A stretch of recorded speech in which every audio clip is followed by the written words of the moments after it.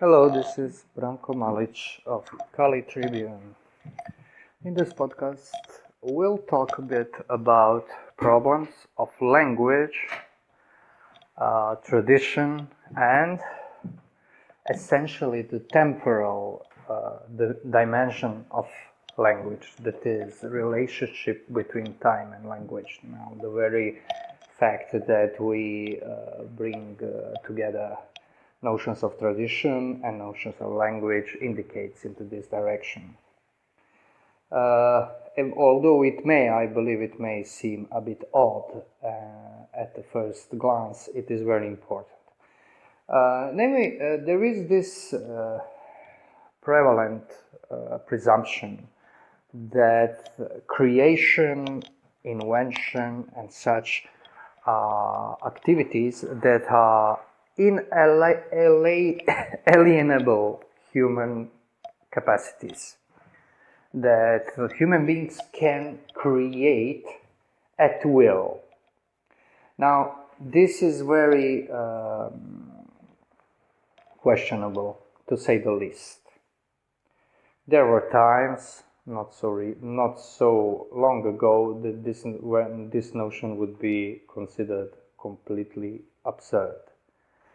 The reason why we get confused about it is because, firstly, we take creation in a rather loose meaning of the word, whereas somewhere in the High Middle Ages, for instance, it had, in intellectual sphere, among the people who were intellectual elite, that is, priests, it had theologians, it had quite a different meaning, because creation was understood as an act of bringing something out of nothing. This is the notion of creation, and of course, maybe I don't really have to point out, but I'll point it out anyway. This was a prerogative of God. This was not something that man was capable of. Whereas in our day and age, to be creative is almost a moral, let's say, a moral pronunciation about somebody, and it is something that is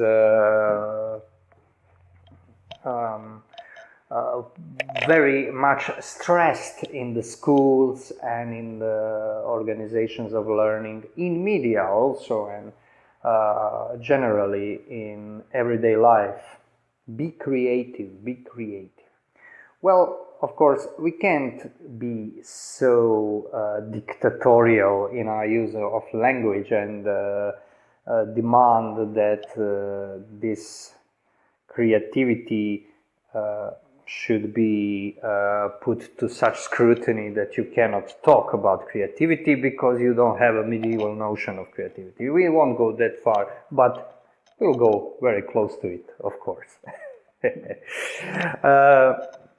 Namely, to deny creativity to human being does not mean that human being cannot make anything, let alone something new. What is denied is this metaphysical and fundamental creativity that is the prerogative not even of angels, but really only of God Himself. What the thing we call creativity today would be, in this optics, ability to act upon matter, to give it a form, to change the forms of matter, to make matter, to use matter to make something good, beautiful, useful, and so on and so forth. But it is very important to note this difference, because these small, apparently small differences in meaning bring the worlds apart, literally. Now, when we come to the notion of language, and I will look upon the language in its philosophical use, that is, in its use in metaphysics, in creation of certain mentality, which is correlate of having valid metaphysical teaching or doctrine, in the as a bedrock of civilization. Creativity in language is not a prerogative of man. That is, man does not create language. People don't create language also. The very creation of language, or the coming to pass of language, if not mythologically ascribed to gods' actions, gods in plural in pagan civilizations usually, or there is one certain god that is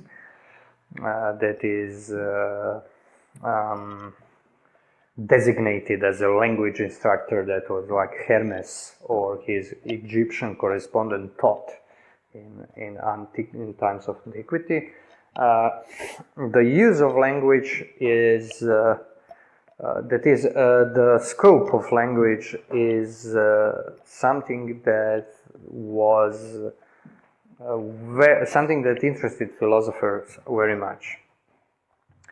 They were not doing the analysis of language in the sense that today's philosophy, or what passes by the name of philosophy as British so-called analytical philosophy or structuralism, post-structuralism do. It was not a question about conditions of the possibility of language.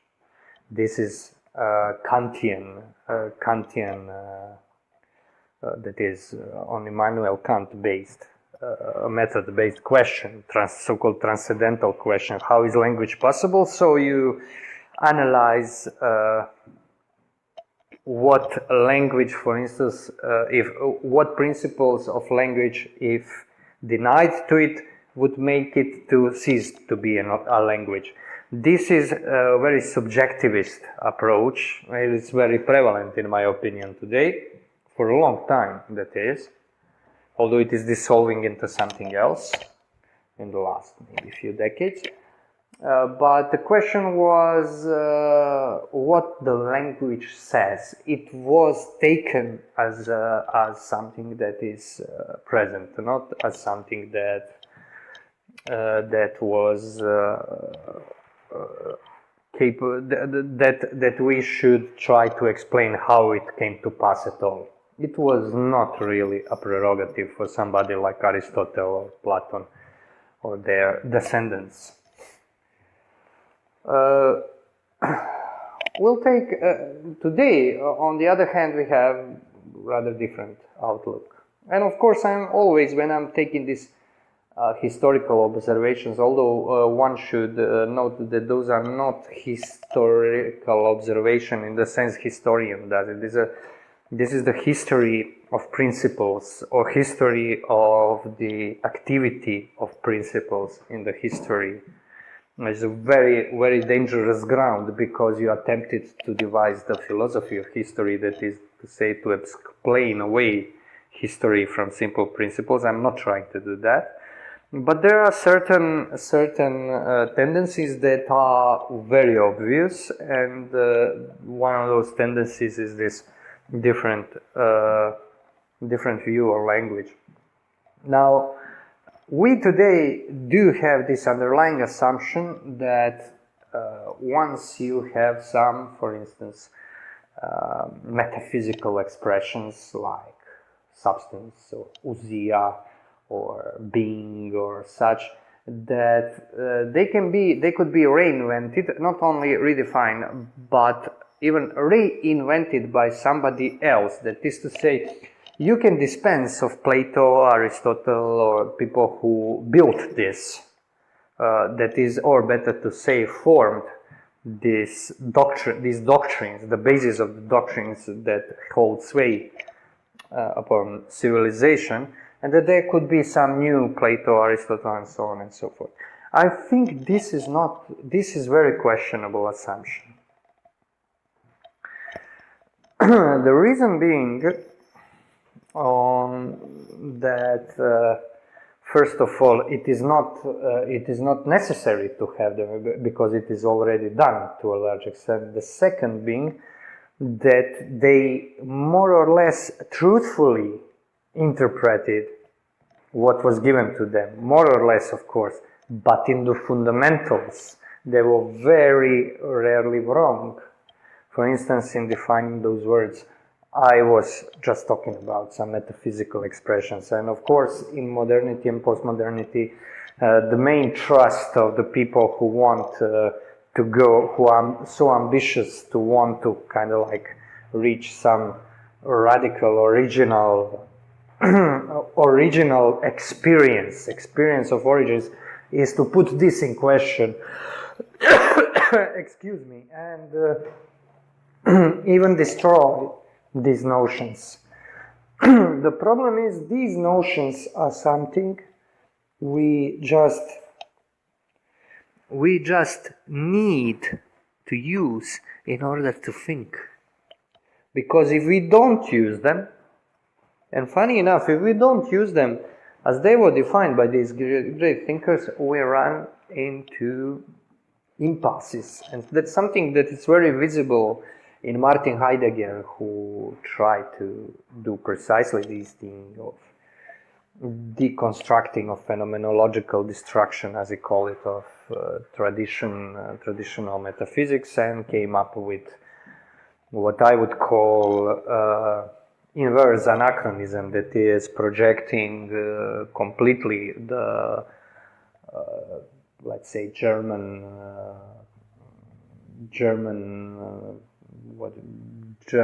matrix of thought, let's call it like that, what he understood as German, into pre-Socratics, into very, very roots of European history, and call it the origin.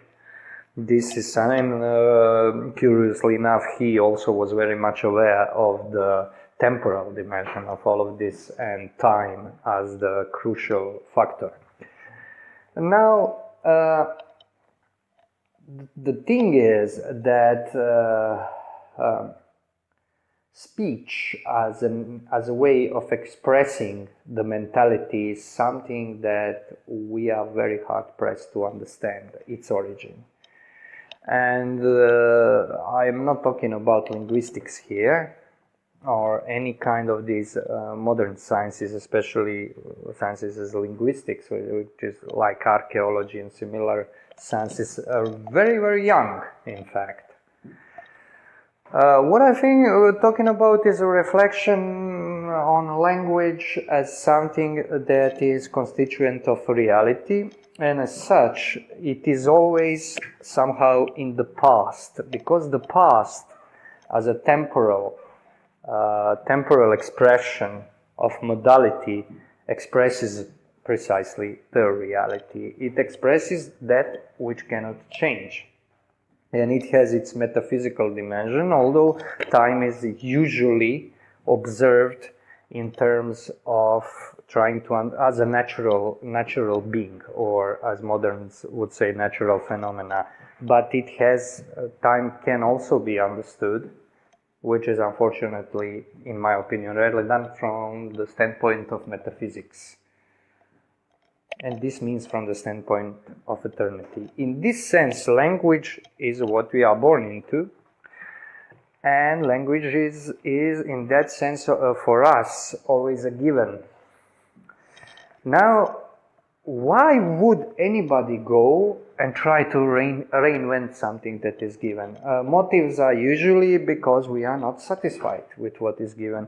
The curious thing is that this was not something that bothered our, let's say, broadly speaking, ancestors. The people whose works we interpret to this day and consider the pillars of civilization. Why? So why haven't they done that in the broad scope? Why there were always people in every time who are out of sync with what is prevalent mentality, and some of those people maybe had done something that appears very, very modern, but their influence was negligible, not because they were suppressed, but because they were not in the spirit of the age, I would say. So why didn't they question this? And they questioned a lot of things, and put forward some very, very hard questions, and got even some answers, which is denied to us today, more or less. Well, because this mentality I'm talking about, which is what we usually call traditional mentality, takes some things as reality in itself. So for Aristotle, for instance, whom I already mentioned, you have this, in Aristotle, you have this peculiar use of language where you understand after some time that he considers that language is based on some kind of expression of things themselves, what he calls form, or forming principle, or active principle in thing, intelligibility of thing. It's kind of like expressed in language. Language is signifying it when it is spoken, but at its fundament, at its nexus, at the nexus between thinking and the thing, there is a kind of identity. There is what he would call the touching, T-gain, to touch, of mind or intellect and being. So there is no rift that is breached by signifiers, meanings, and so on and so forth. There is no gap between things and us, let's say, subject and object and subject. And there are very good reasons why this was natural for him, and I point out a few of them, or a couple of them, from my everyday experience. For instance, when you take Croatian language, my language, Slavic language, a very rich language, small, of course, not a lot of people speak it, but it's very rich, very archaic, as opposed to something like English, because it has this, what is considered archaic forms, like complicated declensions, conjugations, complicated conjugations, and so on and so forth, especially declensions, although I don't know any other European language without declensions except English. Maybe someone could enlighten me with a comment. I don't really know what language does not have them, but English does not have them. Croatian has 7 of them, and it's not very, for somebody from English-speaking world, it's very tough to learn. But there are some very interesting implications when you take words from Croatians. For instance, word stvar. Stvar means the thing. Now it's composed. It is spelled S-T-A-V-A-R. Tvar, on the other hand, means matter. In Greek, matter. S is an addition expressing, it's an, I don't know English word, but it's article or adjective, expressing connection. For instance, when I say ja sam s Ivanom, I am with Ivan, with is s. So the literal English translation would be with matter. This is the word for thing, that is expressing that everything is something composed of matter and something else. Curiously enough, this something else is not expressed. Now, the word tvar, you have the word tvor, which is all Slavic, let's say, for creation. There are other meanings that you can think to it, trying to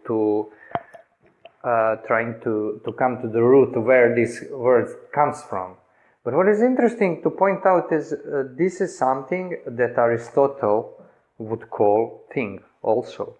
In the world of change, in the natural world, because you have things which do not have matter, which are free of matter, but which cannot be perceived by senses and so on. But he would take this hylomorph composite of matter and form to be natural being, a being you can find in nature. In Croatian language, therefore, you have it in the very word you use every day, you have this. Is it accidental? Is it that some genius Croat, man of obscure tribe from who knows where, Carpathians, Baltic, God knows, came to idea, well, we call these things, I don't know what, well, they are my Torah analysis I did in the during the breaks in looting the neighboring villages, bring me to conclusion that thing is the composite of matter and form. I sincerely doubt this was how it all went down. And believe it or not, the modern philosophers, for instance, of this linguistic term, as it's called, this English-based, Anglo-Saxon, Anglo-analytic so-called philosophy, although, as I always point out, it's more like Austrian philosophy. It's built mostly on thinking of Austrian philosophers as Maurice Schlick, Wittgenstein, Karl Popper, to some extent, and such.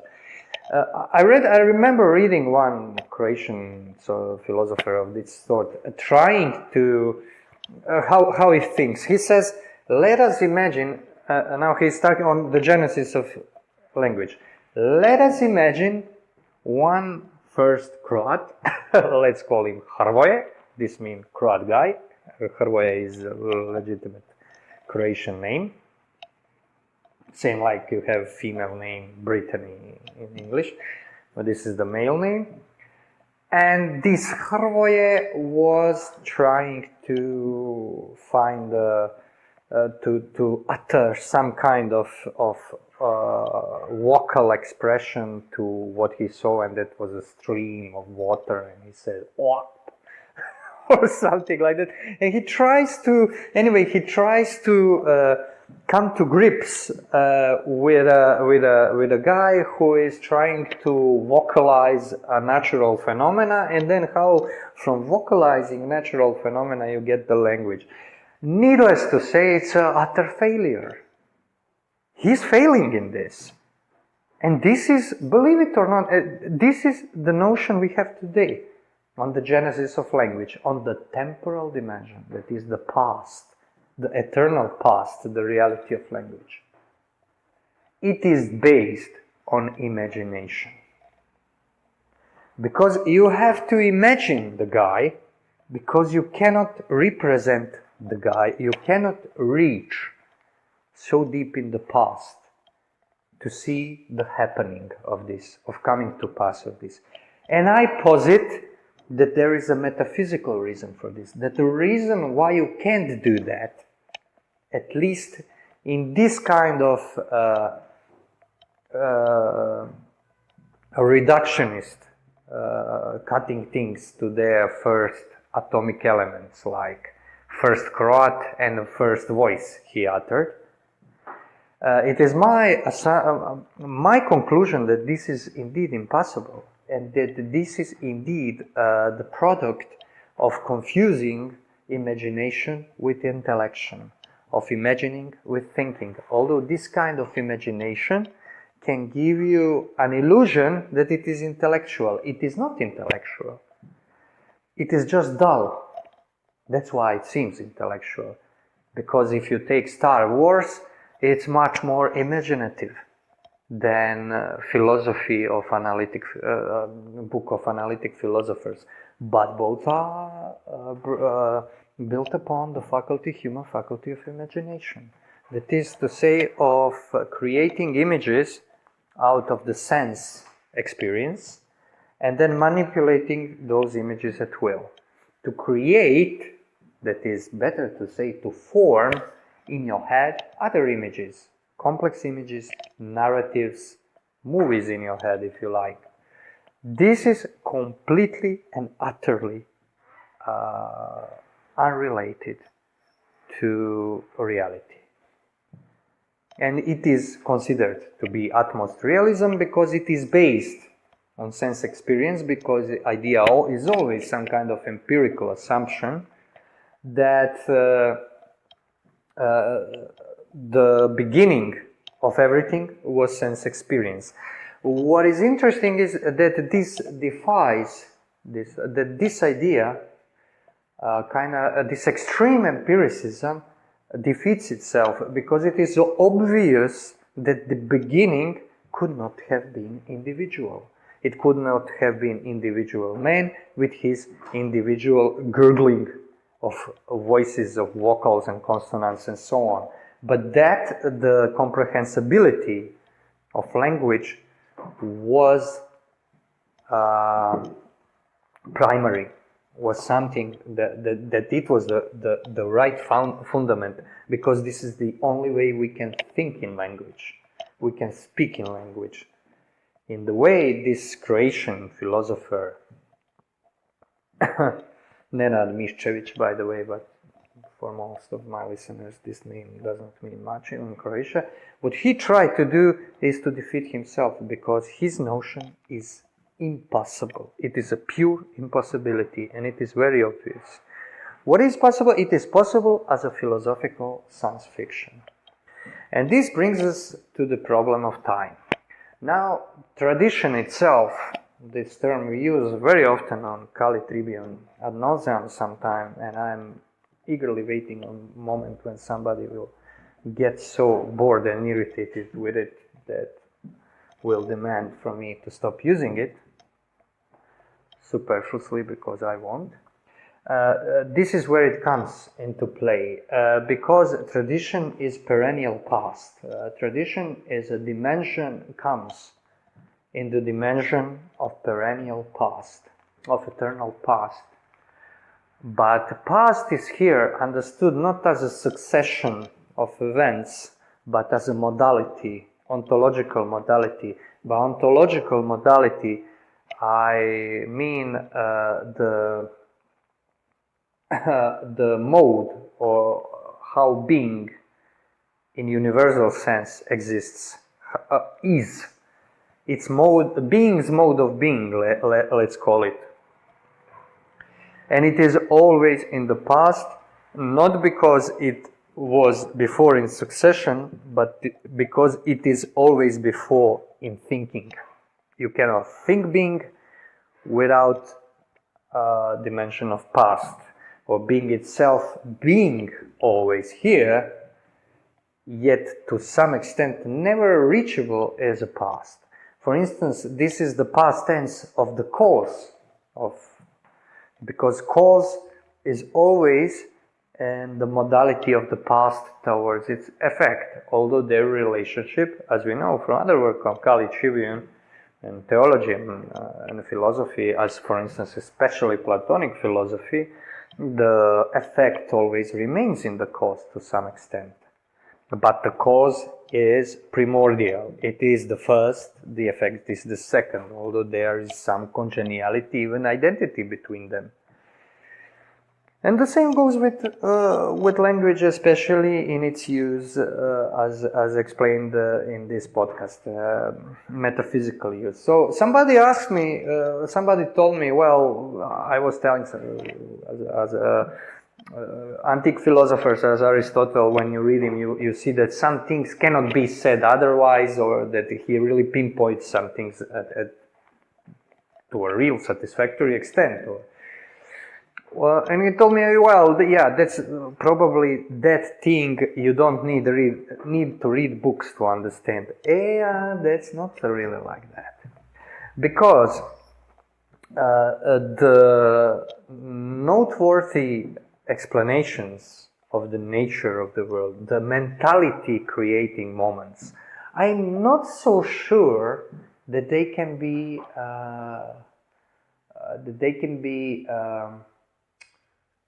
made to happen again once they did happen. I don't think there will ever be new Aristotle. There will ever be new Thomas Aquinas. There will ever be new Plato. And sure enough, there will never be new Jesus Christ because he is one. This is a very interesting thing because people think that this is, and they are right in thinking that these people expressed reality. Since Jesus is, of course, something else, but is a good example to an extent. That if they expressed reality so well, it can be re-expressed. Yeah, but through their lenses, because there is no possibility of inventing a different ones. This is traditional thinking. I shun the term traditionalism because I don't accept isms. And if you don't accept something in language, then you don't use it. And it's not so difficult as it seems, because using ism with something is a rather recent invention, I think late 18th century or something. So if people could speak without isms, of making everything political, because this is a term that turns metaphysical doctrine into ideology, then we also can do it. I'm not sure that this can be recreated. And this idea of recreating these things from nothing, from the image of nothing, because our image of myself not knowing, not reading anything and figuring out what the substance is, what the thing is, and what the being is based on assumption that I can create or not out of nothing. But I can't. This is creation out of nothing in a cultural way, in the individual way, because we are so accustomed to think of ourselves as subjects, as these unique individuals, which we are in some sense, but individuals that are given unbelievable power, that we don't even see ourselves doing this, and we think that we are doing something fundamental. When I say I'm really thinking fundamentally, I don't even read Aristotle, Plato, I don't need to read books. I can recreate it. This is not thinking fundamentally, this is fundamentally thinking in the sense that you are having a rather dubious mental fun with yourself. This is not realistic. And therefore, of course, I'm not trying here to give some conclusions and conclusive remarks, because remarks by their own nature are just remarks. There is some innate modesty of scope and extent in them and value. But I'm trying, let's say, I'm trying to foster or initiate inquiry about these things, or self-search in people listening to this, because this is not so obvious, but you have to come to these ideas. There is a long process of noticing something and trying to use this thing you noticed to drag yourself back, as if climbing a rope to its origin, and then a whole new perspective opens, whole different perspective on things. And to conclude with what we started, of course, creation and the past. Once man is able to create and recreate his own past, he'll be a creative being, as a god is, because this means creating reality. This would mean recreating a causes.